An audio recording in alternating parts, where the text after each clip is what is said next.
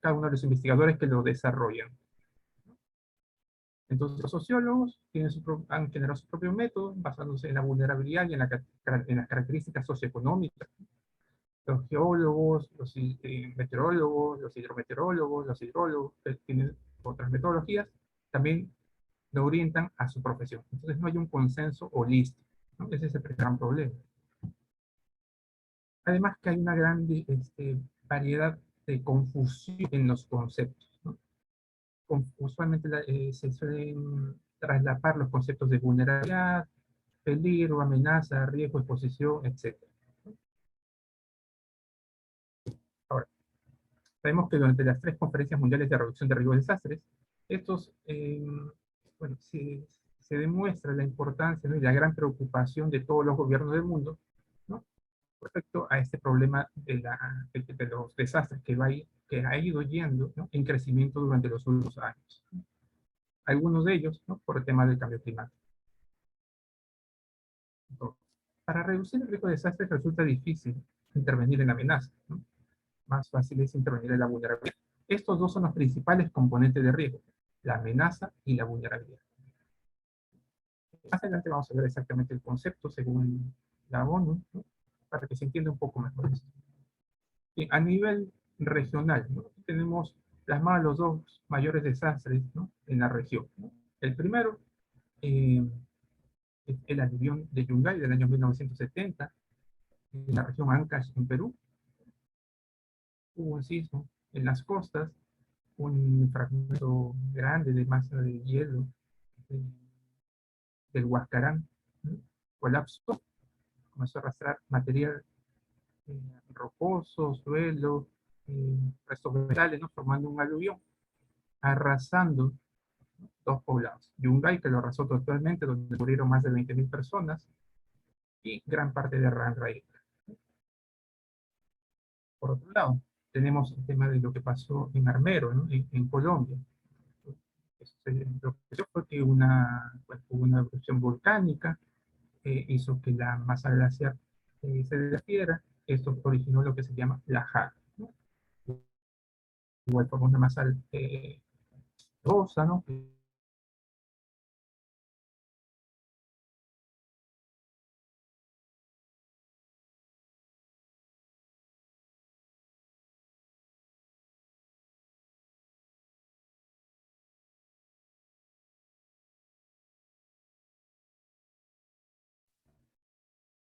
Se considera el desastre de interacción entre la amenaza y la vulnerabilidad, ¿no?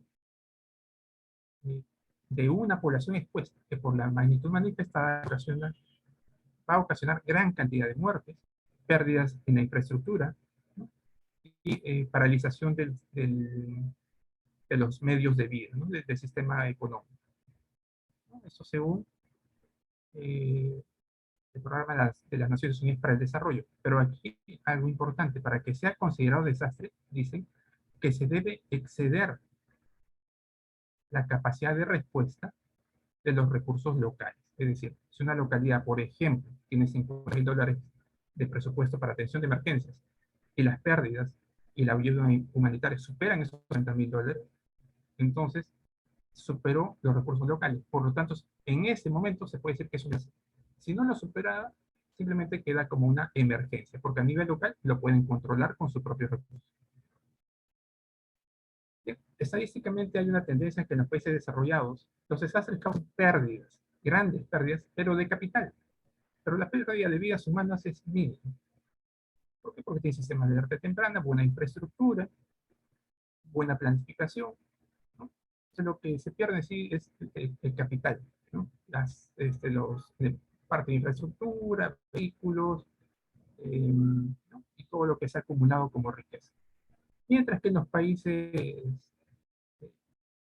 en vías de desarrollo, ¿no? Hay gran cantidad de pérdida de vidas, pero la pérdida en capital es menor, ¿no?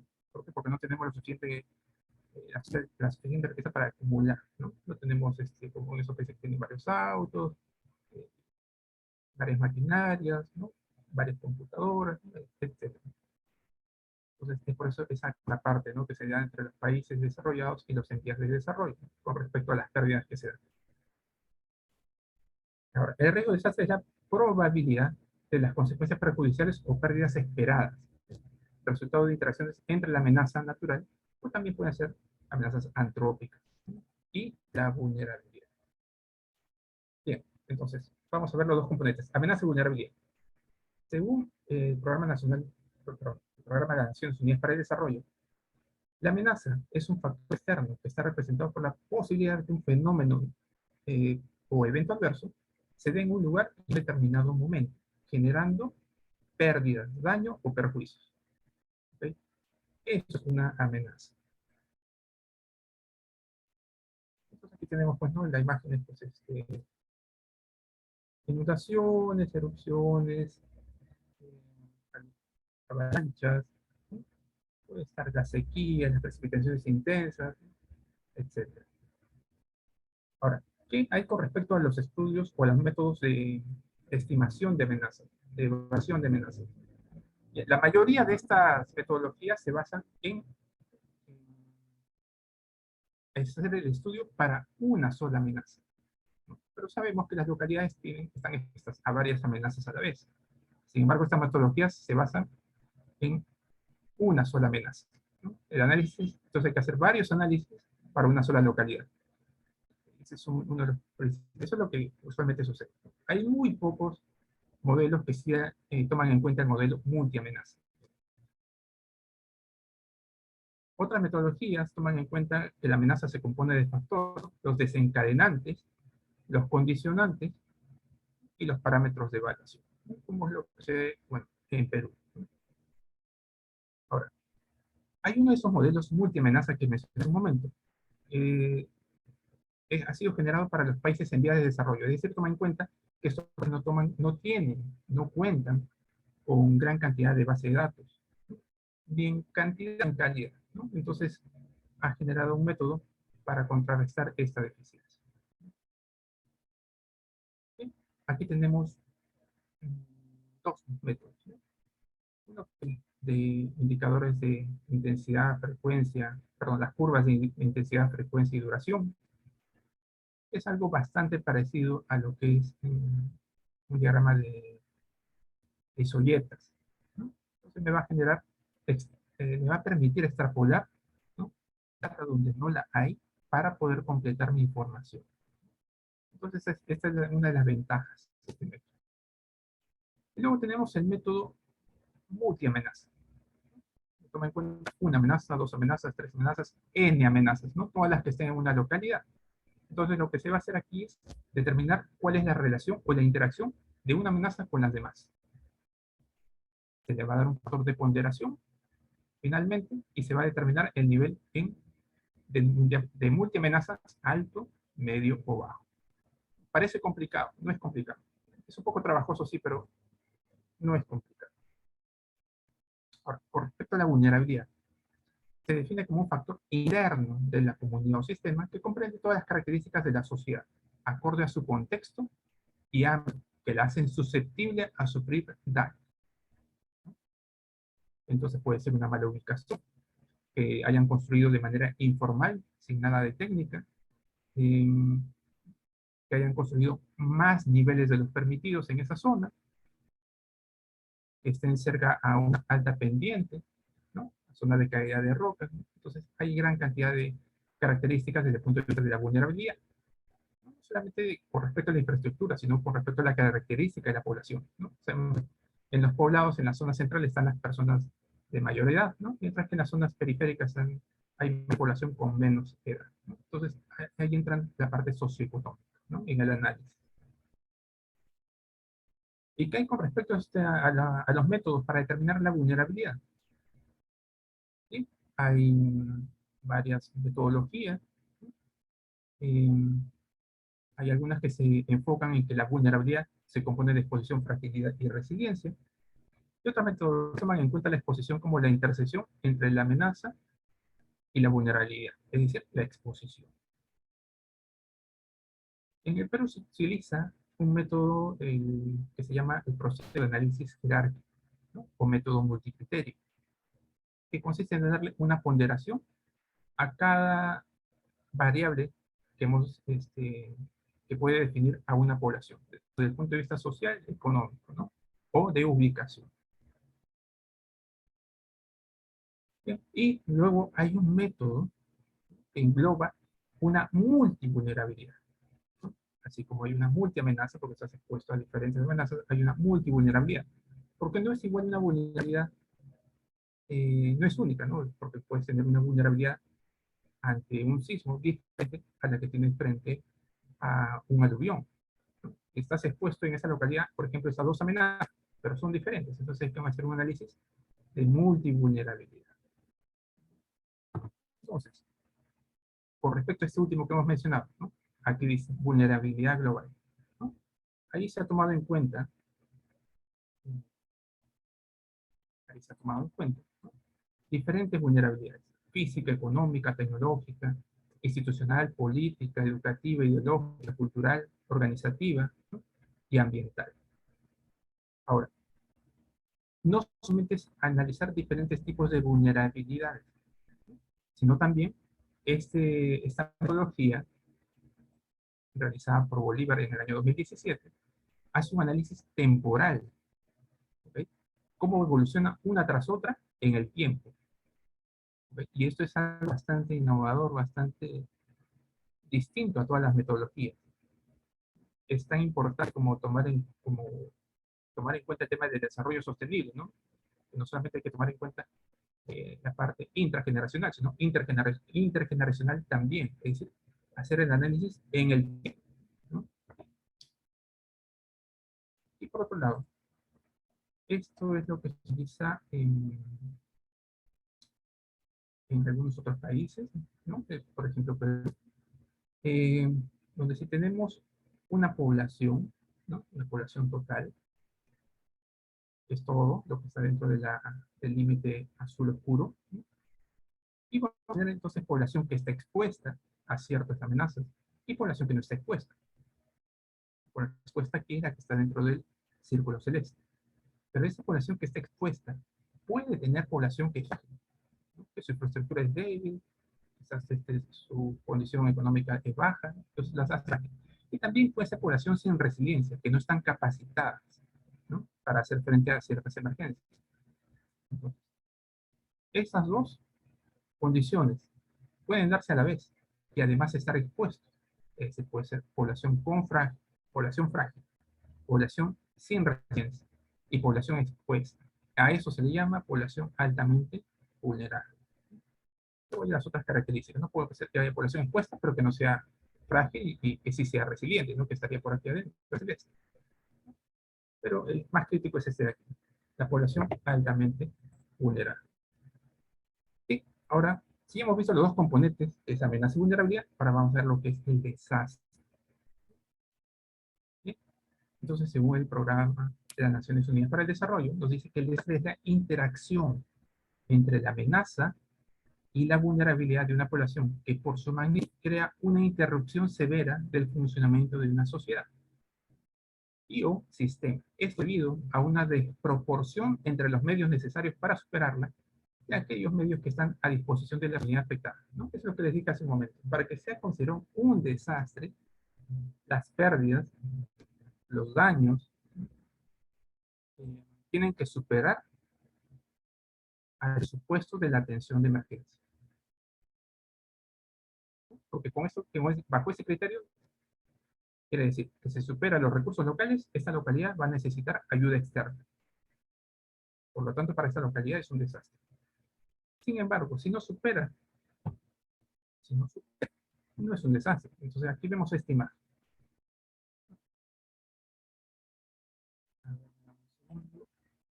Ya, ahí está. Entonces, ¿cuándo es una emergencia? Cuando los daños, pérdidas o necesidades no superan, ¿no? Son menores los recursos de la localidad para afrontarla. En ese caso, solamente es una emergencia. Por contraparte, si es que los daños, pérdidas y las necesidades superan los recursos propios de la localidad para afrontarlas, entonces ahí sí se puede hablar de un desastre, ¿no? Y esto según lo que dice pues, el Programa de las Naciones Unidas para el Desarrollo. Sin embargo, ninguna metodología ha tomado en cuenta esto para hacer la división de los niveles de riesgo de desastre. Entonces, hay diferentes modelos matemáticos o modelamientos para poder eh, describir, ¿no?, lo que es el riesgo de desastre. Aquí tenemos algunos. El riesgo de desastre es igual a la función de la amenaza y la vulnerabilidad. O el riesgo es igual a la amenaza por la vulnerabilidad. O el riesgo es igual a amenaza por vulnerabilidad sobre la capacidad de respuesta. Esto está como se utiliza, al menos en algunos de los que he encontrado en Chile. Luego hay otros modelos en América que he encontrado así. Amenaza por vulnerabilidad por la exposición sobre capacidad de respuesta. Entonces, en este caso, hace un modelo anterior que hemos visto en la gráfica, la exposición y la capacidad de respuesta lo toman dentro de la vulnerabilidad, pero en este modelo no. La vulnerabilidad solamente vendría a ser la fragilidad o debilidad, mientras que la exposición y la capacidad de respuesta o resiliencia lo toman aparte. Y luego hay otro modelo, ¿no?, dice que el riesgo total es igual al elemento en riesgo por el riesgo específico. Es lo mismo que decir elemento expuesto por amenaza por vulnerabilidad. Entonces, como hemos dicho, hay algunos modelos en que la exposición lo toman aparte. Eh, Al menos cerca del 40% toman la exposición aparte. Bien, entonces, ¿qué hay con respecto a estos modelos que ya contemplan ambos, la amenaza y la vulnerabilidad, ¿no?, que es para poder determinar el nivel de riesgo de desastre, que son la menor cantidad de modelos que hay con respecto a amenazas o vulnerabilidad, pero sí hay. Son pocos, pero sí los hay. Entonces, actualmente existen una gran variedad de métodos para poder valorar el riesgo de desastre. Estos tienen una base metodológica simplificada con regresiones numéricas o una combinación o transversal de diferentes capas, ¿no? Esto lo realizan pues en un software GIS, ¿no? Toman en cuenta el nivel socioeconómico, las características de la edificación, antigüedad de la edificación, ¿no?, dando capas, luego con el mapa de intensidad o magnitud de la amenaza, lo siguen traslapando, ¿no?, y van procesando para poder determinar finalmente un valor. Y ese valor van a dividirlo pues, en un rango, ¿no?, en una métrica que te diga si es un riesgo bajo, medio, alto, muy alto, ¿no?, que es lo usual. Pero como les dije, lamentablemente esos niveles no tienen, son bastante subjetivos, ¿no? No tienen una razón lógica para decir a partir de este valor es bajo, a partir de este valor es medio. ¿Pero por qué? No te lo dice. Y según lo que nos dice el Programa de Naciones Unidas para el Desarrollo, el punto de inflexión para ser considerado desastre es que supere los recursos locales, ¿no?, para hacer frente a estos desastres o a estos eventos. Ningún método hasta ahora he encontrado que tenga eso. De otra metodología se elaboran matrices y mapas, ¿no? Entonces se diseñan las matrices en donde la amenaza se trabaja con variables en función de la exposición y el grado de peligrosidad. Entonces, lo que hemos visto, amenaza y vulnerabilidad. Ahora, los modelos de estimación de riesgo de desastre descritos clasifican los niveles de riesgo de arbitrario, lo que les he dicho ya hace un momento, ¿no? Entonces, ese es el principal problema. No pueden hacer un análisis muy detallado y tampoco toman en cuenta a partir, mejor dicho, cuantificar la división de los niveles de riesgo, ¿no? Ese es el principal problema. Entonces, bueno, aquí vemos dos ejemplos, ¿no?, estos de mapas de riesgo, en el que se toma una escala muy amplia, ¿no?, y una escala detallada. Aquí en el primero puedes saber grandes regiones, pero no hay precisión, ¿no? O sea, yo puedo decir, puedo implantar o superponer una capa con los lotes, con los predios o las manzanas, pero va a ser bastante difícil que esto sea a detalle. Sin embargo, hay otros modelos donde se puede hacer un análisis a nivel de manzana o a nivel de lote. Entonces, es un análisis bastante detallado, bastante trabajoso. Fácil, pero es bastante trabajoso. Como conclusión, existen gran variedad de metodologías para realizar la estimación de riesgo de desastre. Esto debido a que la realidad absoluta no existe, ¿no? Hay diferentes aspectos de los diferentes evaluadores, ¿no? O investigadores de acuerdo a su profesión. Entonces conlleva a que no haya un consenso, ¿no? Para determinar el nivel de riesgo de desastre. Asimismo, las metodologías de estimación de riesgo de desastres no toman en cuenta indicadores relacionados al desarrollo sostenible, ni al ordenamiento territorial, ni al cambio climático.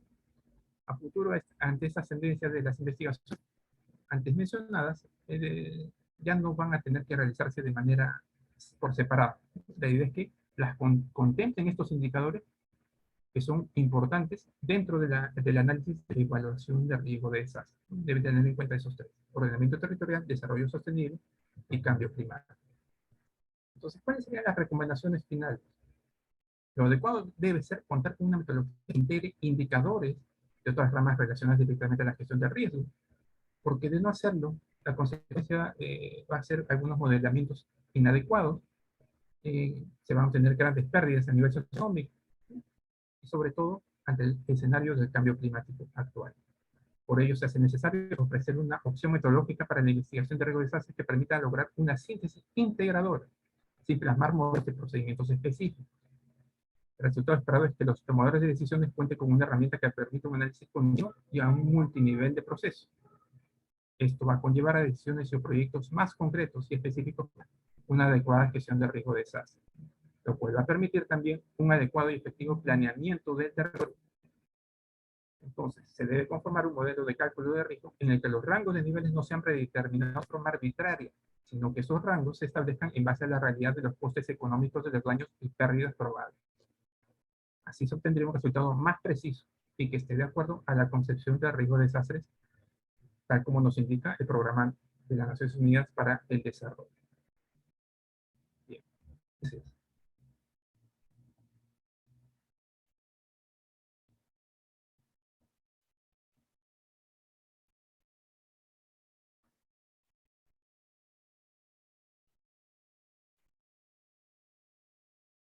¿Tienen alguna pregunta?